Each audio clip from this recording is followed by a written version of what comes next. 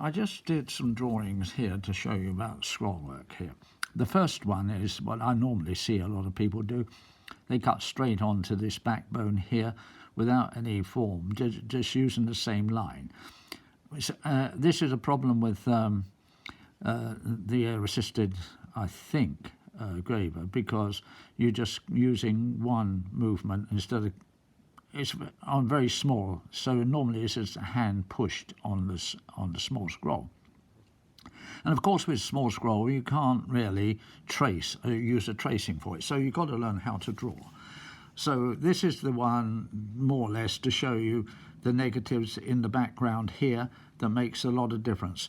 And because you keep away from the backbone because you formed your cut here and you made this. So I'll do a quick one for you, and because as I mentioned, learning to draw, you draw with a graver.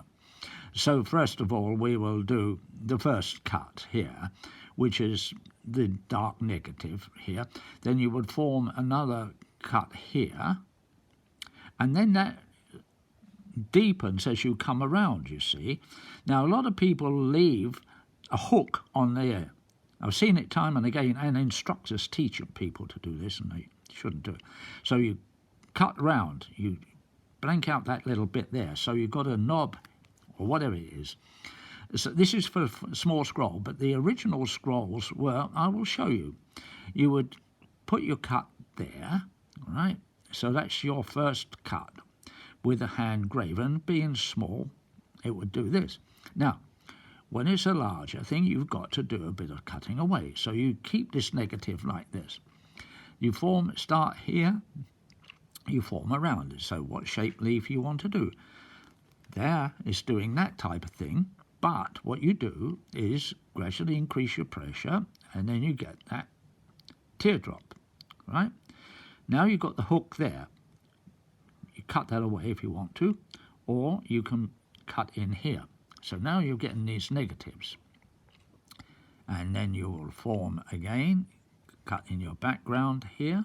One cut for the small scroll, is because it's very small, but for the larger scroll you'll need more cutting away. So if it's a larger scroll, you can do this type of thing, you see.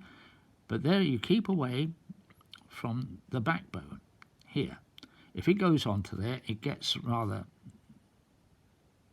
overcrowded. So now you bring it around again here. You've got the darkness coming in here. You're forming this here.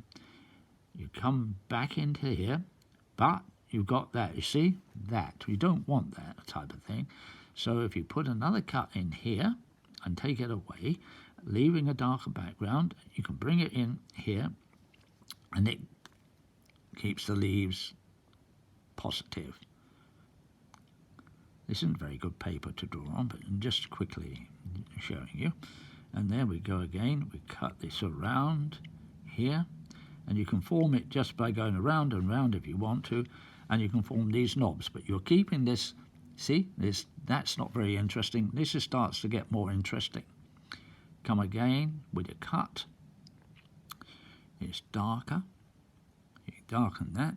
You come around one here. This pen is a mono pen. You see, it's not there. So it means to say I've got to form a shape here. I'll cut this. I can come back in here if I wish, form another shape. This is why you will see different engravers, and you will spot them because it's like their handwriting, because they're doing it spontaneously. A lot of us used to do it spontaneously. So it's the difference in the pressure of the engraver and the setup of the engraver too, and the various angles. So we can all see the different nuances that give away who the engraver was. See, so now you see how dark it's going compared to this one. And as I mentioned before, I've seen instructors giving this and leaving these hooks on here, just doing a little bit of something there, going around. Well, it's nice at the very beginning to make you all yes, I agree. You're very pleased with your result because it's the first time you've done it. As you become more confident and you're more experienced, you should know what you're aiming for. And if the instructor doesn't give you the right instruction, you'll never get anywhere. So this is why I'm trying to, as I say, I'm not denigrating anybody in personal. But you see, now it could leave that. So if you put another little cut in here, you would form that shape. And then, of course, the knob. A lot of people leave this big, you see, because it's not cut round. So I would bring this around here like so. So that ends up very similar to that size. It's not a whacking great thing on the end. Well, this is the style. You can make it a little bit larger. It is according to your preference. But I'm showing you the traditional way of what you're aiming for. So you see you're cutting it there, and you're bringing this around here, and you're getting that. Now, you've got this here, so this will form that cut and end up with this knob, like so.